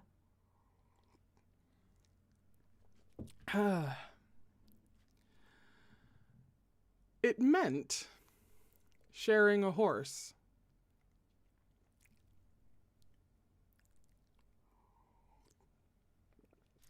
I, of course, remember this. There was only one horse? Like, really? Of course I do. Laurent's gelding had a limp, which Laurent, on one knee, drawing a steady hand down its lower leg until it pulled its hoof up sharply, pronounced a sprained ligament. It could follow on a lead carrying the packs, he said. It couldn't carry a rider. Damon brought his own horse over, then paused. "My proportions are better suited to riding pillion than yours are," said Laurent. "Mount. I will mount behind." So Damon swung into the saddle. A moment later, he felt Laurent's hand on his thigh. Laurent's toe nudged into the stirrup. Laurent pushed up behind him, shifting until he was snug in position. His hips fitted unselfconsciously to Damon's. Once he had settled, he clasped his arms around Damon's midsection. Damon knew this about riding pillion. Closer, it was easier on the horse. He heard Laurent's voice from behind him, a little more oddly strapped down than usual. "You have me over the back of your horse." "It's not like you to give up the reins," Damon couldn't help saying. "Well, I can't see the way over your shoulders. We could try some other arrangement." "You're right. It should be me in front and you carrying the horse." Stop. These bitches are too fucking funny for their own damn good. Jesus Christ.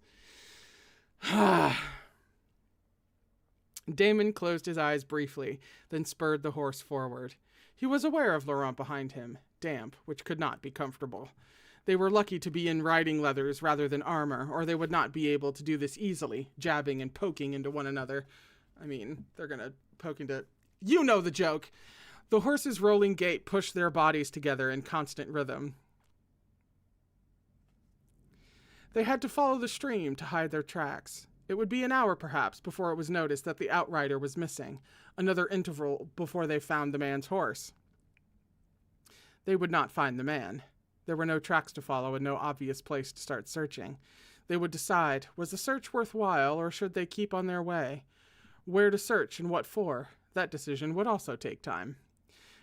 Even riding double with a pack horse, evasion was therefore possible, although it was pushing them far out of their way. Damon took them up out of the stream bed several hours later, where the thick undergrowth would mask their passing.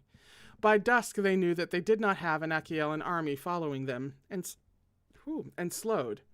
Damon said, "If we stop here, we can build a fire without too much fear of discovery."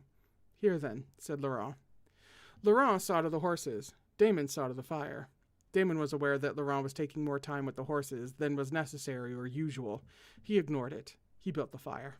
He cleared the earth, gathered fallen branches and broke them down to the correct size, and then sat down beside it and said nothing. He would never know what had provoked that man to attack. Maybe he had been thinking of the safety of his troop. Maybe whatever he had lived through at Terrassus or Bertaux had stirred violence in him. Maybe he had just wanted to steal a horse. A third-rate soldier from a provincial troop. He would not have expected to meet his prince, a commander of armies, and face him in a fight. It was a long time before Laurent brought the packs over and began to strip out of his wet clothes. He hung his jacket over an overhanging branch, toed off his boots, and even partially unlaced his shirt and pants, loosening everything. Then he sat on one of the rolls from the packs, close enough to the fire to dry the rest of himself, trailing laces. Dishabille? And steaming lightly. His hands were lightly clasped before him. "I thought killing was easy for you," said Laurent. His voice was rather quiet. "I thought you did it without thinking." "I'm a soldier," said Damon, "and I have been for a long time. I've killed on the sawdust. I've killed in battle. Is that what you mean by easy? You know it isn't, said Laurent, in that same quiet voice. The fire was burning steadily now. The orange flames had begun hollowing out the base of the wide center log. I know your feelings towards Achielos, said Damon. What happened at Berteau, it was barbaric. I know it must mean very little to you to hear me say that I'm sorry for it, and I don't understand you, but I know that war will bring worse, and you are the only person I have seen working to stop it. I couldn't let him hurt you. In my culture, it is customary to reward for good service, said Laurent after a long pause. Is there something you want? You know what I want, said Damon. I'm not going to release you, said Laurent. Ask for something short of that. Take off one of the wrist cuffs, said Damon, who was learning, he realized somewhat to his surprise, what Laurent liked. I give you too much leeway, said Laurent. I think you give no more or less than you want to give with anyone, said Damon, because Laurent's voice had not been at all displeased. Then Damon looked down and away. There is something I want. Go on. Don't try to use me against my own people, said Damon. If it comes to... I can't do this again. I would never have asked that of you, said Laurent. Then, when Damon looked at him with flat disbelief, not out of sweetness. There is little sense in pitting a lesser sense of duty against a greater one. No leader could expect loyalty to hold under those circumstances. Damon said nothing to that, but looked back at the fire. I've never seen a throw like that, said Laurent. I've never seen anything like it. Every time I see you fight, I wonder how it is Castor got you in chains and onto a ship to my country. It was... He stopped. It was more men than I could handle, he almost said. But the truth was simpler, and tonight he was honest with himself. He said, I didn't see it coming. He had never, in those days, sought to put himself inside the mind of Castor, of the men around him, their ambitions, their motivations. Those who were not openly his enemies, he'd believed, were basically like himself. He looked at Laurent, at the controlled pose, the cool, difficult blue eyes. I'm sure you would have sidestepped it, said Damon. I remember the night your uncle's men attacked you. The first time he tried to kill you. You weren't even surprised. There was a silence. Damon felt from Laurent a careful imminence, as though he was deciding whether or not to speak. Around them, night was falling, but the fire kept the light warm. I was surprised, said Laurent. The first time. The first time? Said Damon. Another silence. He poisoned my horse, said Laurent. You saw her, the morning of the hunt. She was already feeling it, even before we rode out. He remembered the hunt. He remembered the horse, fractious and covered in sweat. That was your uncle's doing. The silence stretched out. It was my doing, Laurent said. I forced his hand when I had Torvald take the slaves to Patras. I knew when I did it. It was 10 months to my ascension. Time was running out for him to make a definitive move against me. I knew that. I provoked him. I wanted to see what he would do. Laurent broke off. His mouth twisted in a small smile that had no humor in it at all. I didn't think he'd really try to kill me, he said. After everything, even after everything. So you see, I can be surprised. Damon said, It's not naive to trust your family. I promise you it is, said Laurent. But I wonder, is it less naive than the moments when I find myself trusting a stranger, my barbarian enemy, whom I do not treat gently? He held Damon's gaze as the moment lengthened. I know you're planning to leave when this border fight is done, said Laurent. I wonder if you're still planning to use the knife. No, said Damon. We'll see, said Laurent. Damon looked away, his gaze raking the dark beyond the campsite. You really think it's still possible to stop this war from happening? When he looked back, Laurent nodded, a slight but steady and deliberate movement. The answer clear, unmistakable, and impossible. Yes. Why didn't you call a halt to the hunt? Said Damon. Why ride and cover up your uncle's treachery if you knew your horse had been poisoned? I assumed it had been made to look as though one of the slaves had done it, said Laurent, a little quizzically, as though the answer was so obvious that he wondered if he had misunderstood the question. Damon looked down and let out a breath of what might have been laughter, except that he was not sure what emotion provoked it. He thought of Naus, who had been so certain. He wanted to lay the blame for what he felt on Laurent, but what he felt had no easy name, and in the end he said nothing at all, but banked the fire in silence, and when the time came he lay down on his roll to sleep. Scene break.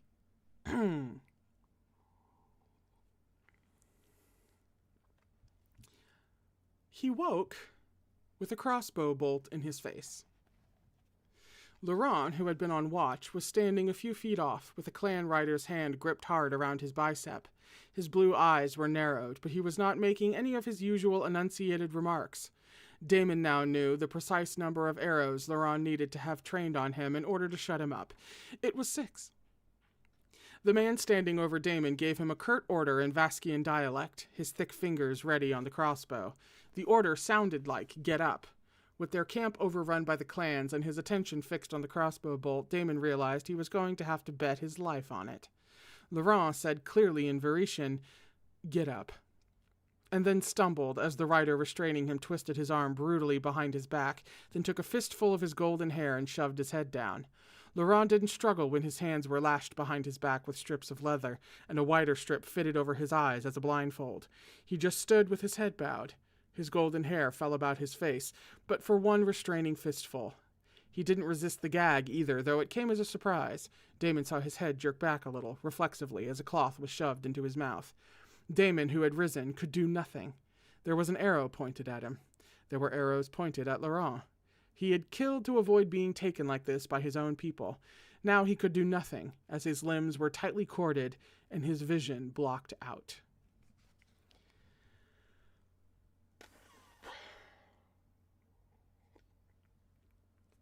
That's the end of the chapter. And that's where we're stopping for today. Damn, I didn't even choose a cliffhanger on purpose when I was figuring out which chapters we would read today, as I dropped the bookmark. We're on page 211 for chapter 13, when we come back next week for more of Prince's Gambit. That's where we're at. That's where we get to leave for the weekend. Damn. Oh, Janae. Hey, Janae. Whew. That is it. That is it for Captive Prince this week. Oh, shit. I realize I just said what frickin' page we're on. Yeah, we're on page like 211. So, yeah, now we are... Yeah, we might be... we're just a little bit over halfway through. So there should be at least two more sessions before we actually finish Prince's Gambit. And then we get to move into the third book. There is so much. I just get to continually sit here and just scream at you with my eyes because there's so much that I can't say yet. But we'll get there.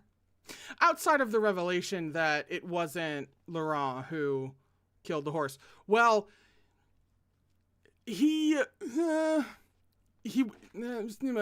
was complicated because it was Laurent trying to get the most out of the horse as it was dying, but it was not killed by Laurent. It was technically poisoned by the regent in an attempt to pin it on Damon. So that's fun. I forgot about that being the very first time that the regent tried to have Laurent killed, though. For whatever reason, I thought that the regent had been trying to kill him for at least a little bit before that. So I thought that it was kind of old hat from Laurent at that point. But apparently not, which...